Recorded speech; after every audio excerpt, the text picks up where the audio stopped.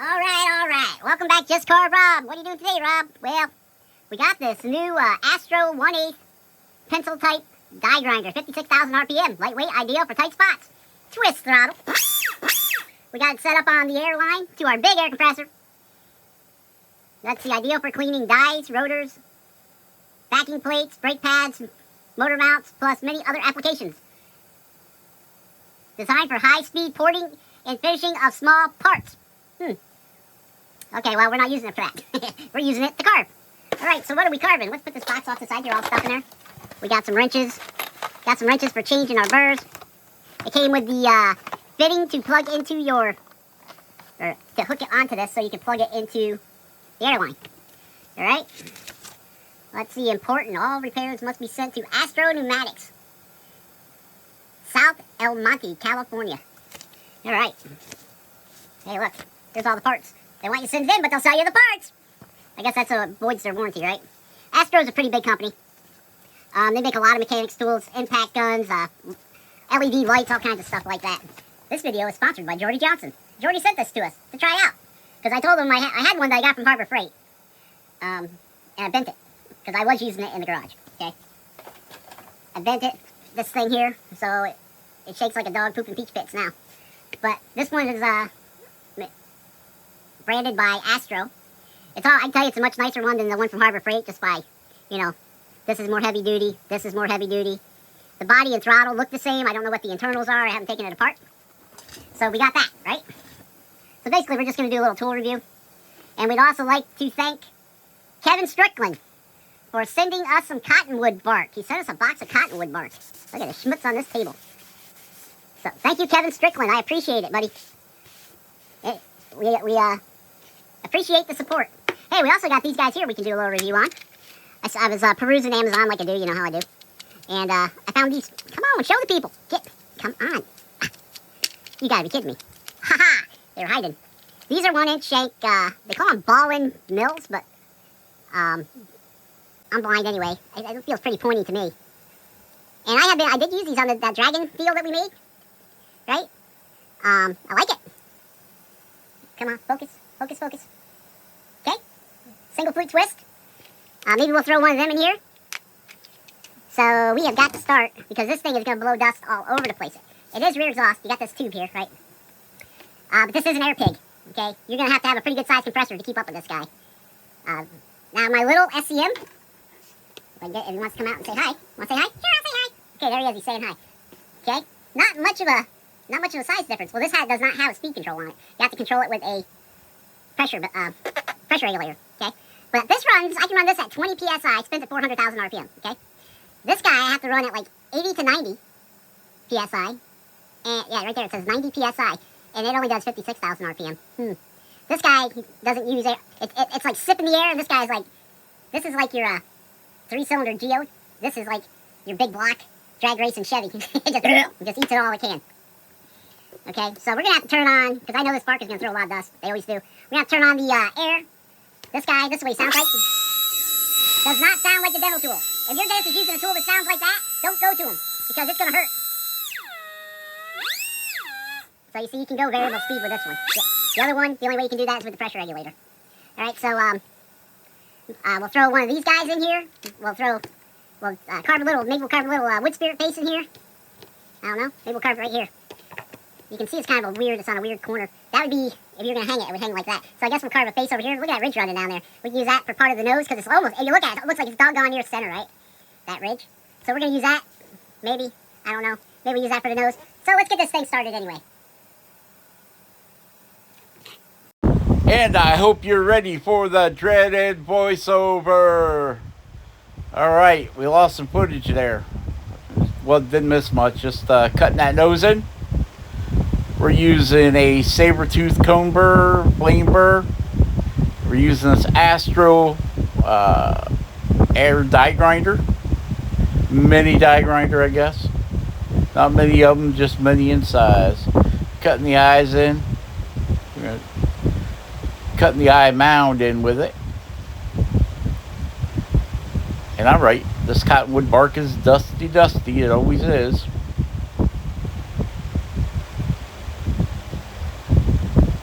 And we'll have to play around with the size of the eye. We're trying to get this burr out of here. Man, that thing is jammed in there. All right, so now we have a diamond flame burr. Now, it looks like it's sticking a long ways out of that collet, probably because it is. I guess this collet isn't as deep as the dremel or the micro motors. But, hey, if that's what it wants, that's what we're going to give it. Right, yep. Is that right, Spike? That's right.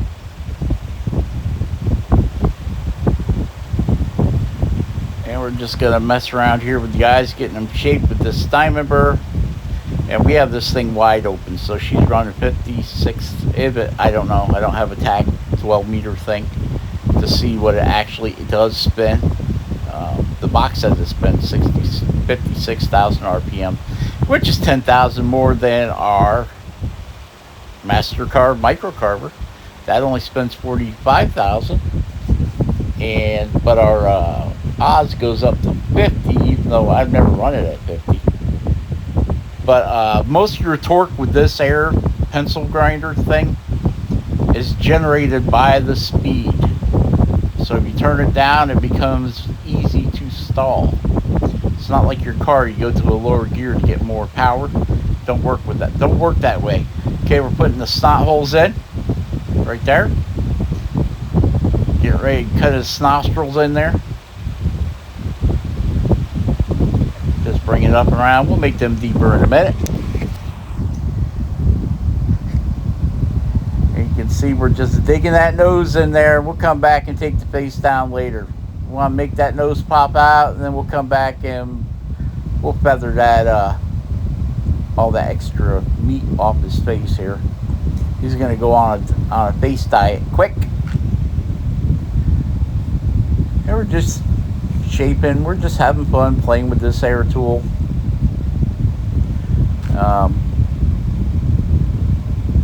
That hose that hooks to it is a little on the heavy side, so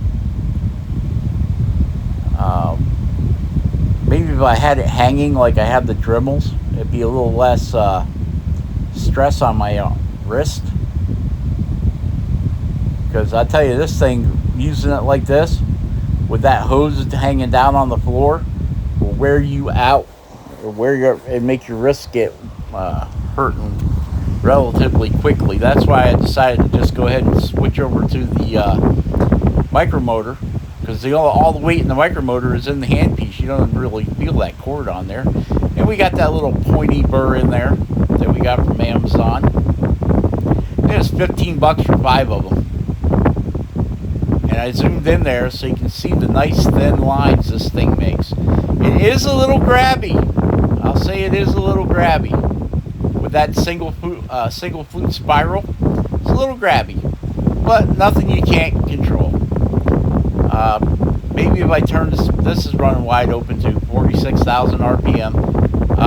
Maybe if I turned it down, and these are carbide, by the way. Those are carbide. Okay, so now we're back with that air tool, the Astro pencil die grinder. With the anytime you see that flame burr pop out, it's going to be in that Astro hooligan there. Running wide open.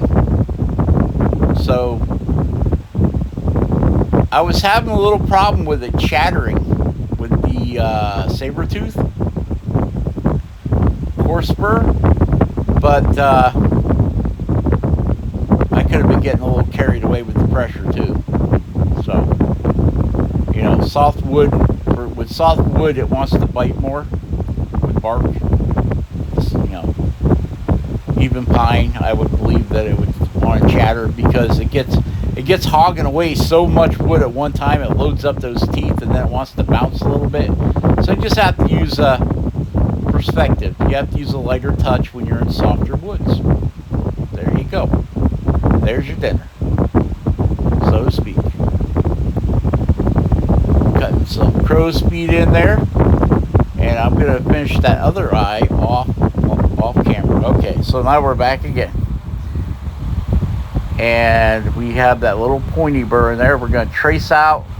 I'm gonna like this thing for tracing, like on gun stocks. I I used to use my SCM all the time. I got a feeling this, and walking sticks, I got a feeling this is going to be a good burr for that. So if you need to make stop lines on a project, I've got a feeling that this is going to work out well. All right, so now we broke down and we broke out the Dremel 4000 with the cuts off flame burr. Cuts off flame burr in there. Extreme. Cuts off flame burr extreme, extreme, extreme, extreme.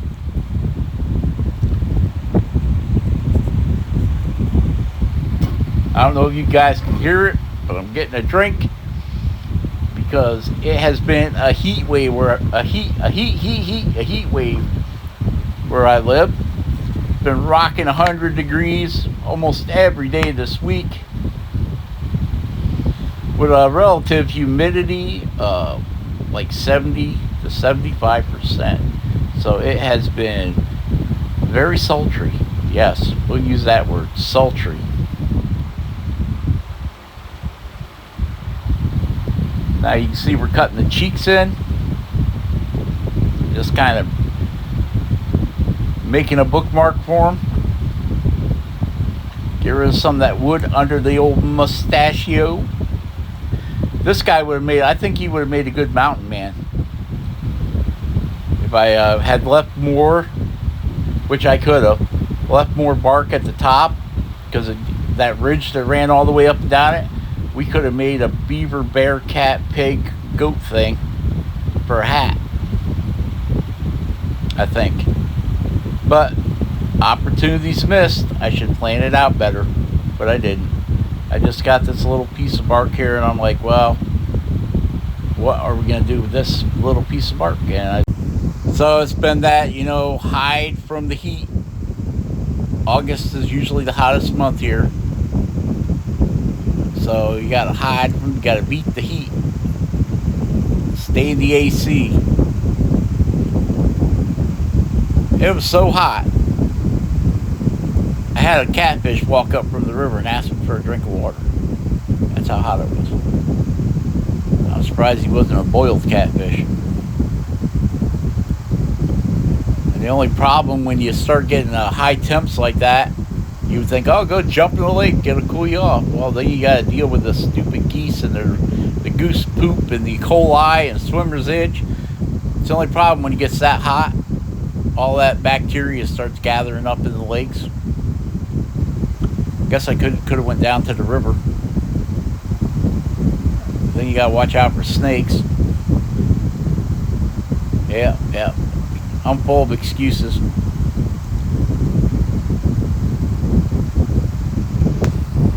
So we're using that really thin burr to cut some deep lines in for the mustache here. I know this is not the best video. Basically just showing you how the different tools work, right? And if you happen to get anything out of the video, that'd be awesome. Okay, so now we have the inverted comb burr. And we're going to cut bigger hairs with this in. So this, we got our deep cuts in. Usually I put these in and then go back and put the deep cuts in. But this time we switched it up, we turned it around, we flipped it upside down, we put the deep cuts in first, and now we're just going to go back with this guy here, and we're going to run that beard right into the, what would you call it? The rough? Let's call it the rough. The rough, the part of the bark where we didn't remove any of the the patina. Yeah, we didn't remove none of the patina off the rough. So we just kind of cut this face into it. I'm not giving them eyebrows. I'm just going to let them kind of be creeping out of the wood. That's my plan. Okay, so now we have a carbide aluminum cutter, 1/8 inch shaft, and we're cutting in the snot holes. That's what we're doing. Cut them in there. And we'll do a little tracing around the nose there. Get that mustache. create that, define the mouth mound, the barrel of the mouth. There we go. Barrel of the mouth mound. Barrel of the mouth. And I will sign it. RV 2023. Just like that.